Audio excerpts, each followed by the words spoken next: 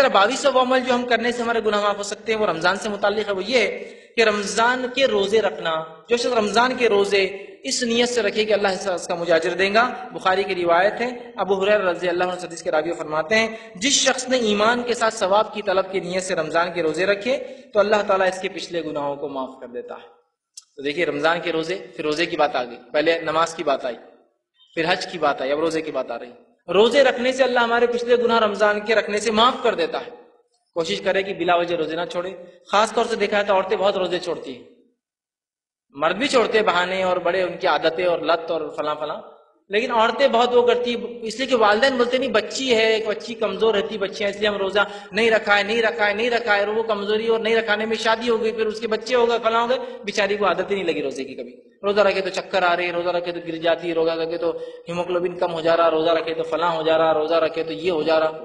عادت نہیں ہے نا. 10 سال ہو جاتے انسان بالغ ہوتا ہے روزہ رکھنا ہے تو آپ پہلے سے ٹریننگ دیجیے نا. عمر بن خطاب رضی اللہ عنہ کو دیکھا گیا، چھوٹے چھوٹے ان کے بچے تھے، آپ نے روزہ رکھوایا. کسی نے کہا امیر المومنین آپ کے بچے چھوٹے، روزہ کیوں رکھوایا؟ تھا عادت ڈالنے کے لیے.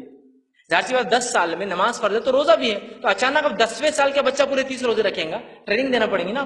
5-6 سال کا تو 2-4 رکھا، 7 سال کا تو 10 رکھا، 8 سال کا ہوا تو 10-15 رکھا، 9 سال کا ہوا تو 20 رکھا، 10 سال میں آیا تو ظاہر سی بات اب 30 رکھنے کی طاقت آ گئی، اس لیے ٹرینڈ ہو چکا ہے اتنے مہینوں میں. بہرحال یہ کرنے کی ضرورت ہے رمضان کے روزے رکھنا.